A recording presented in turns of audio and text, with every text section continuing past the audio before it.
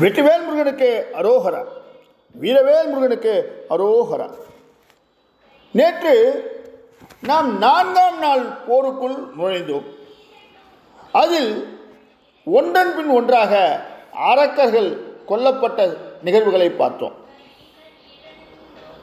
தொடர்ந்து அரக்கர்கள் அழிக்கப்பட்டதை நினைத்து தன்னை விட்டால் யாரும் இல்லை என்று வாழ்த்தட்டிக் கொண்டிருந்த சூரபத்மன், அரக்கர்கள் மட்டுமே அழிகின்றார்களே, நம் அரக்கர்கள் பூதப்படைகளை அழித்த செய்தி வரவில்லையே என்று புலம்பி தீர்த்த நிகழ்வை பார்த்தோம். துன்பக்கடலில் மூழ்கி இருந்த சூரபத்மன்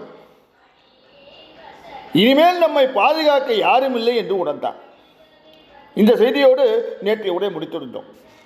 வாருங்கள், தொடர்ந்து 4ஆம் நாள் உரைக்குள் சென்று பிறகு 5ஆம் நாள் உரைக்குள் நுழையலாம். துன்பக்கடலில் மூழ்கி இருந்தான் சூரபத்மன். அப்போது அவனிடம் வந்த தர்மகோபன் சூரபத்மனுக்கு ஆறுதல் மொழி சொன்னான்.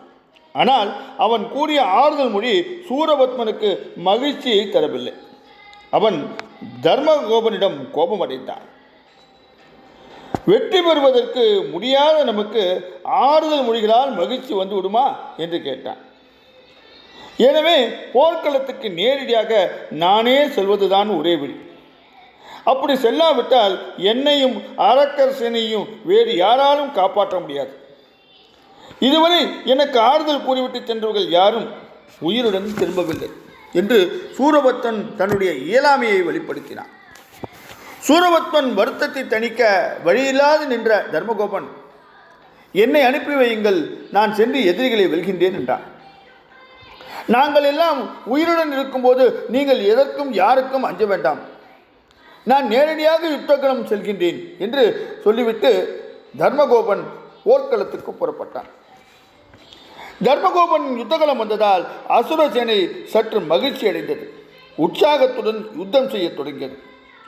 உடனே வீரபாகு தர்மகோபனிடம் சென்று நேரடியாக மோதினார்.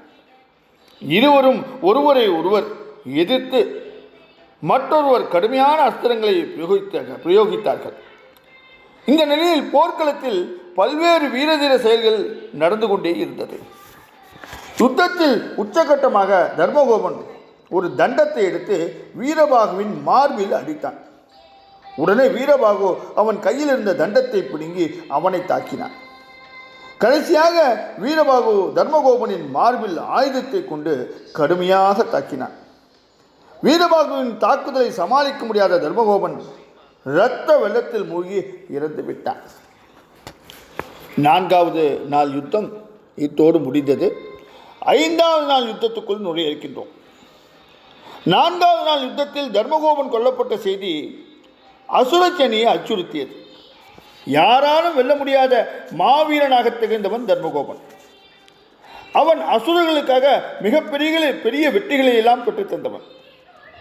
அவன் வீரபாகுவால் தாக்கப்பட்டு மிக எளிதாக இறந்து விட்டான் என்ற செய்தி அவர்களால் பொறுத்து கொள்ளப்படவில்லை. இது அசுரர்களின் தோல்வியை உறுதிப்படுத்தும் நிகழ்ச்சி போல இருக்கின்றது என்று உணர்ந்தார்கள். அதனை சூரபத்மனும் உணர்ந்தான். தானே நேரடியாக யுத்தகளம் சொல்வதாக கூறும்போது நம்மை தடுத்து நம்மை காப்பாற்றுவதற்காக சென்றவன் தன் உயிரை நீத்து விட்டான். வரிசையாக தனக்கு ஆறுதல் கூறுபவர்கள் எல்லாம் தன்னை காப்பாற்றுவதாக சொல்லி யுத்தகளம் செல்கின்றார்கள். பின்னர் அவர்கள் திரும்புவதே இல்லை. அவர்கள் கொல்லப்பட்டார்கள், இறந்தார்கள். இந்த தகவல்களே தொடர்ந்து வந்து கொண்டிருக்கின்றன என்பதை நினைத்தபோது சூரனின் வருத்தம் எல்லை கடந்தது. அப்போது அவனுடைய நம்பிக்கைக்குரிய வீரனும் அவனுடைய மகனும் ஆற்றலில் மிகவும் சிறந்தவனுமான பானுகோபன் வந்து சேர்ந்தான். பானுகோபன் மிகப்பெரிய வீரமும் ஆற்றலும் பெற்றவன் மட்டுமல்ல, அவன் சிறந்த அறிவாளியும் ஆவான். மற்ற அசுரர்களைப் போல தன் வீரத்தை மட்டும் நம்பி அவன் யுத்தம் செய்வதில்லை. தன்னுடைய அறிவாற்றலையும் பயன்படுத்தக்கூடியவன் அவன். எனவே நடக்கும் யுத்தத்தில் அசுரர்களுக்கு ஏற்பட்ட இழப்பையும் தொடர் மரணங்களையும் அவன் எண்ணி வருந்தினான். இந்த மரணங்கள் தடுத்து நிறுத்தப்பட வேண்டும் என்று விரும்பினான். அசுரர்கள் தேவர்களுக்கு ஏராளமான கெடுதல்களை செய்திருக்கின்றார்கள். தேவர்கள் முழுமையாக தங்களுடைய வாழ்வாதாரத்தை இழந்து விட்டார்கள். எனவே அவற்றை பெறுவதற்காக இறைவனின் துணையோடு இந்த யுத்தத்தை தொடங்கியிருக்கின்றார்கள். அதனால் அவர்களை எதிர்த்து அசுரர்களுக்கு வெற்றி என்பது நடக்காத செயல். எஞ்சியிருக்கின்ற அசுரர்களை காப்பதுதான் அறிவுபூர்வமான செயலாகும். இனி அசுரர்கள் அதை செய்வதே நல்லது என்று உணர்ந்தான். எனவே அவன் தந்தை சூரபத்மனிடம் சென்று உண்மையான நிலவரங்களை எல்லாம் எடுத்து சொன்னான். அசுரர்களே நமக்கு அனைத்து வளங்களும் நலன்களும் இருக்கின்றன, எந்த குறையும் கிடையாது. ஆனால் நாம் தேவர்களை எந்த காரணமும் இல்லாமல் நீண்ட காலமாக துன்புறுத்தி வந்திருக்கின்றோம். அதனால் தேவர்கள் தங்களை பாதுகாத்துக் கொள்வதற்காக தெய்வத்தின் துணையோடு அசுரர்களை அழிக்க வருகின்றார்கள். நம்முடைய இனமும் தொடர்ந்து அழிக்கப்பட்டு வருகின்றது. எனவே நாம் யுத்தம் செய்வது தேவர்களை வென்றுவிடலாம் என்று நினைப்பது தவறு. தேவர்களை வெல்ல முடியாது, அசுரர்களை காப்பாற்ற வேண்டும்.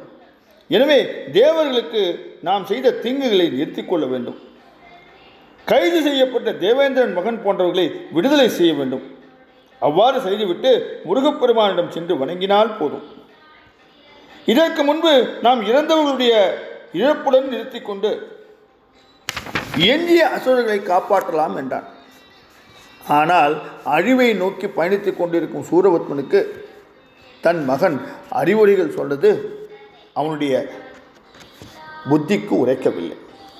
தொடர்ந்து என்ன நடந்தது நாளைய உரையில் பார்ப்போமா? வெற்றிவேல் முருகனுக்கு அரோகரா, வீரவேல் முருகனுக்கு அரோகரா.